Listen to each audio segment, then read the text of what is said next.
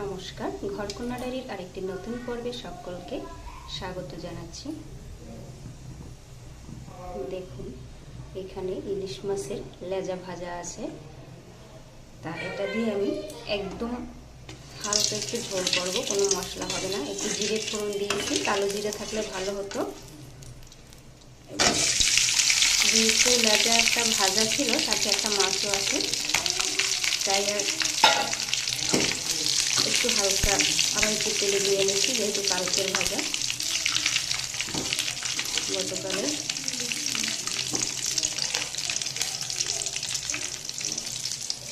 আর দেখুন, খুব হালকা একটা ঝোল করব। দেখুন, এই ঝোলের ভিতরে আমি একটু ঝোল তৈরি করবো, তার জন্য একটু হলুদ দিয়ে নিচ্ছি। এবারে এটাকে গুলিয়ে নেব।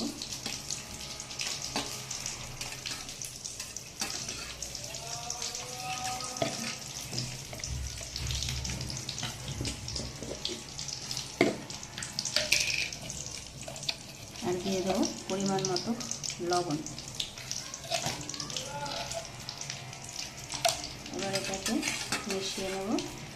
আর এইদিকে দেখুন, ভাজাটা কিন্তু হয়ে গিয়েছে। এর ভিতরে আমি ঝোলটা ছেড়ে দেবো।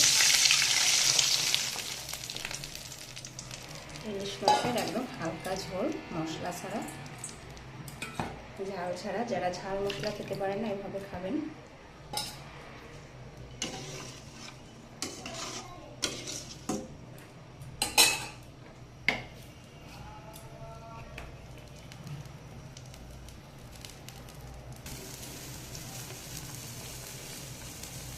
দেখুন, ঝোলটা কিন্তু ফুটতে শুরু করে দিয়েছে, আর ঝোলের কালার চেঞ্জ হয়ে গেছে,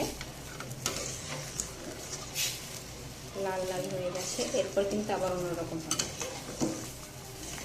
তাই এরকম হলেই কিন্তু ঝোল খেতে স্বাদ হয়।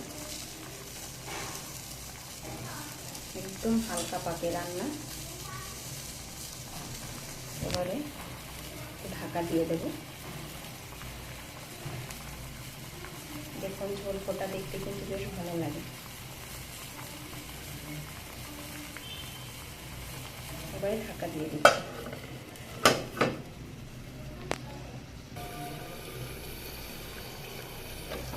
দেখুন, ঝোলের কালারটা একটু আগে ছিল একরকম, এখন হয়েছে আরেক রকম।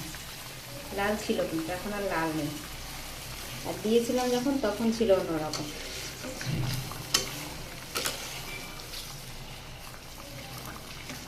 একদম ইলিশ মাছ দিয়ে হালকা ঝোল।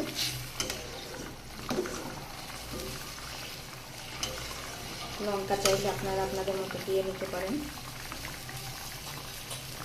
এটা কিন্তু খেতে বেশ ভালো লাগবে। যারা ঝাল মশলা এড়িয়ে চলেন, তাদের জন্য এই ঝোলটা খেতে খুবই সুস্বাদু হবে। অনেকেই আছেন রান্না করার ঝামেলার জন্য এই মশলা বাটতে হবে, এই সেই বিভিন্ন রকম জিনিস আয়োজন করতে হবে, তখন আবার অনেক সময় থাকে না, তখন এইভাবে করে হালকা ঝোল করে রান্না করে খেয়ে নিলে হয়ে গেল। আবার যারা নতুন রান্নার কাজে তারা পারে না, তো এরকম শুধু একটু জিরে ফোড়ন দিয়ে হলুদ লবণ দিয়ে বাস রান্না হয়ে গেল, খাওয়া হয়ে যাবে। দিয়ে একটু ফুটিয়ে নিতে হবে। দেখুন, আমার ইলিশ মাছের ঝোলটা কিন্তু উঠিয়ে নিয়েছি, আর ঝোলের কালারটা দেখুন, খুব সুন্দর হয়েছে কিন্তু। আমার এই ইলিশ মাছের সহজ রান্নাটা কেমন লাগলো অবশ্যই কমেন্ট করে জানাবেন। সকলে ভালো থাকবেন, সকলের জন্য রইল শুভকামনা। রান্নাটি ভালো লাগলে চ্যানেলটি লাইক সাবস্ক্রাইব করে দিবেন। সবাই ভালো থাকবেন। আজকে এই পর্যন্তই।